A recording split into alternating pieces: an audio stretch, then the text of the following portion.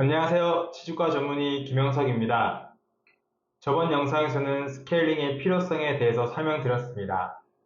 이해가 잘 되셨을까요? 오늘의 영상은 저번에 말씀드린 대로 스케일링 하고 난 후 생길 수 있는 불편감에 대해 설명해 드리고자 합니다.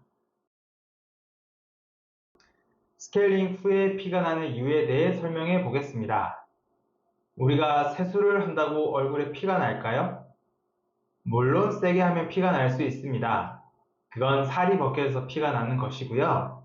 보통의 경우엔 피가 안 나겠죠? 그런데 얼굴에 대왕여드름이 나 있거나 상처가 있던 부분을 건드리게 된다면 어떨까요? 피가 날 수 있겠죠?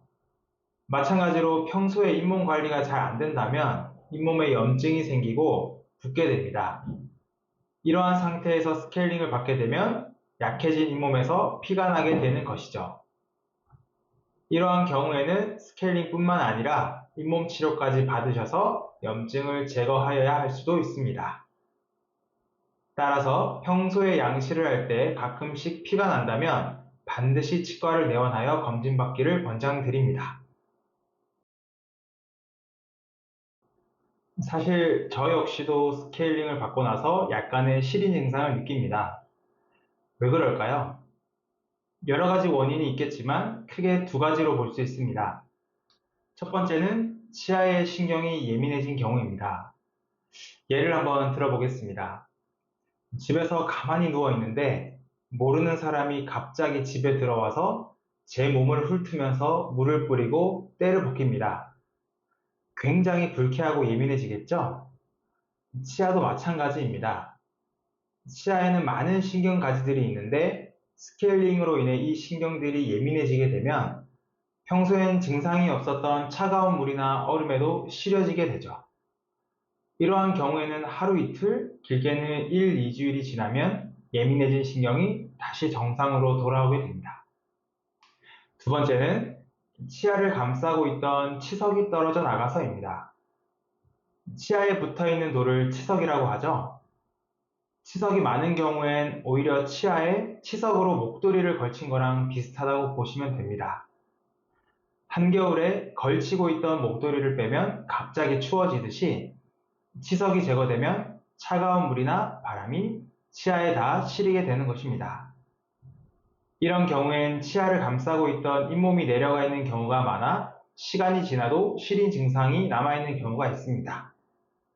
이럴 땐 치과에서 지각과민 처치를 받으시거나 시린 치아에 도움이 되는 시린메드와 같은 치약을 사용할 것을 추천드립니다.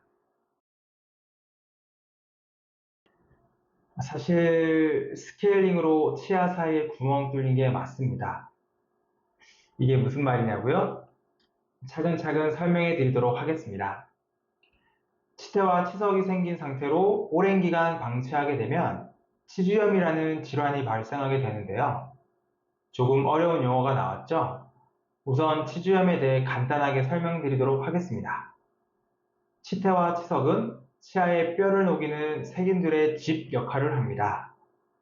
여기에 세균들이 머물면서 치아 주변의 뼈와 잇몸을 서서히 파괴하죠. 이를 치주염이라고 합니다. 이러한 과정에서 자기도 모르게 치아 사이에 있던 뼈와 잇몸 자리를 치석이 대체하게 됩니다. 굴러온 돌이 박힌 돌을 밀어낸 격이죠. 따라서 스케일링을 하면 치아 사이에 있던 치석을 제거하게 되어 그 부분이 비어 보이게 되는 것입니다. 그러면 이 부분에 있던 치석들은 제거하지 않고 놔두면 안 되나요? 라고 하시는 분들도 있습니다. 그렇게 되면 나중엔 치아 사이에 구멍이 생기는 게 아니라 치아를 뽑게 되어 더 큰 구멍이 생길 수 있습니다. 치아도 하나의 단단한 뼈로 볼 수 있는데요. 건강한 치아의 경우 초음파 스케일러로 했을 때 치아가 깨질 가능성은 없습니다. 그렇다면 단단하지 않은 치아라면 어떻게 될까요? 치아가 단단하지 않은 경우는 여러 가지가 있습니다. 대표적으로 충치, 부식, 치아 패인 부분을 치료했던 수복물의 접착력 저하가 있죠. 이러한 경우에 그 부분들을 초음파 스케일러가 건들게 되면 치아 또는 수복물이 떨어져 나갈 수 있습니다. 물론 스케일링을 안 받았으면 안 떨어져 나갔을 텐데 라고 하실 수 있습니다. 달리 생각해보면 이 부분들은 사실 치료가 필요했던 부분이고 치료를 안 받을 경우 더 큰 문제로 이어질 수 있습니다. 따라서 스케일링으로 오히려 문제를 발견했다고 보실 수 있습니다. 실제로 스케일링을 하면서 엑스레이, 구강 사진들에 보이지 않았던 충치를 발견하게 되는 경우가 정말 많습니다.